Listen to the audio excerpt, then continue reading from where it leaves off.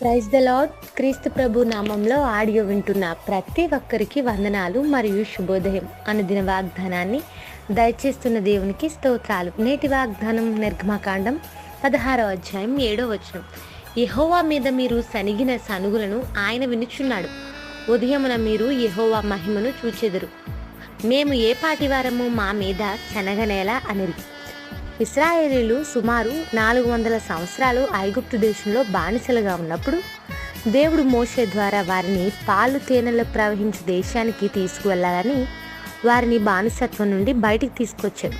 వారి ఎర్ర సముద్రం దాటి వచ్చిన తర్వాత కొంత దూరం ప్రయాణం చేసేసరికి వారికి ఆహారం అవసరమైంది.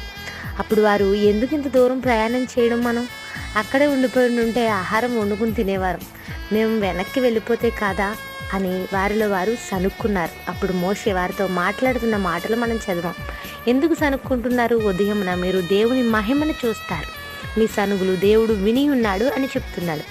40 సంవత్సరాలు వారి అరణ్య యాత్రలో దేవుడే సమస్తమై ఉండి వారిని నడిపించాడు. పగలు మేఘస్తంభంగా ఉండి రాత్రి అగ్నిస్తంభంగా ఉండి వారిని రక్షించాడు.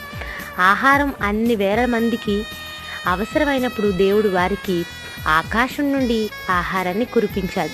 నిర్గమకాండం మనం క్షుణ్ణంగా చదివితే ప్రతి ఉదయాన్నే మన్నా ఆహారంతో వారిని దేవుడు పోషించాడు.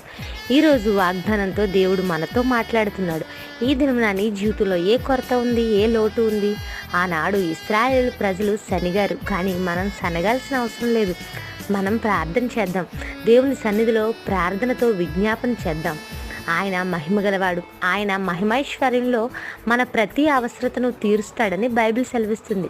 నీ దేవుడు వింటున్నాడు. నీ జీవితంలో కొరత ఏదైనా సరే ఆయన తీర్చగల సమర్థుడు. ఒకానొక సందర్భంలో మార్తతో యేసుక్రీస్తు ప్రభువారు, నువ్వు నమ్మిన ఎడల దేవుని మహిమను చూస్తావంటాడు. If you believe you will see glory of God. యోహాను సువార్త 14వ అధ్యాయం ఆ తర్వాతి వచనంలో చూసినట్లయితే లాజర్ను సమాధి నుండి సజీవుడిగా లేవనెత్తుతాడు. ఈరోజు నీ సమస్య వ్యక్తిగతమైనదైనప్పటికీ, ఆధ్యాత్మికమైనదైనప్పటికీ, మరి ఎలాంటిదైనా ఆయన తన మహిమతో నీ అవసరాన్ని తీరుస్తాడు. ఈరోజు దేవుని వాగ్దానం ద్వారా మనతో మాట్లాడుతున్నాడు. ఆయన మహిమను చూడాలనేదే దేవుని ఆశ. విశ్వాసంతో ప్రార్థించి ఆయన మహిమ ద్వారా కార్యాలు పొందుకుందాం. లాజర్ను తన మహిమతో లేపిన దేవుడు మన దేవుడు. ఈరోజు తన మహిమ చేత సాధ్యం కాని ప్రతి పనిని మన పట్ల జరిగించాలని ఇష్టపడుతున్నాడు. ఈ మాట గుర్తు చేసుకుందాం. ఎన్ని ఉన్నా దేవుని మహిమ లేకపోతే ఏమీ లేనట్టే. ఉదయమున దేవుని మహిమను మనం చూడాలని ఆయన ఇష్టపడుతున్నాడు. ఈ వాగ్దానాన్ని ఆధారం చేసుకుని ప్రార్థిద్దాం. ప్రేమగల మా తండ్రి, మాతో మాట్లాడిన మాటలు బట్టి స్తోత్రాలు. ఆనాడు ఇశ్రాయేలీయులు సనిగినప్పుడు నీ మహిమ చేత వారిని పోషించాం. ఈరోజు మేము ప్రార్థిస్తున్న ప్రతి అవసరతను, కొరతను ఎరిగిన దేవుడు, మేము నీ ఎదుట ప్రార్థిస్తున్నాం. మా ప్రతి అవసరతను నెరవేర్చండి. నీ మహిమ ద్వారా, నీ మహిమైశ్వర్యం ద్వారా మా బ్రతుకుల్లో లోట్లు తీర్చువాడు నీవని మాతో మాట్లాడినందుకు స్తోత్రాలు చూపిస్తూ విశ్వాసంతో మార్తవలే నమ్మిక ఉంచి నీ మహిమను చూసే భాగ్యాన్ని దినమున మాకు అనుగ్రహించమని అడుగుచు క్రీస్తు ప్రభు నామములో అడుగుచున్నాను తండ్రి. Amen. Have a nice day. God bless us. Thank you.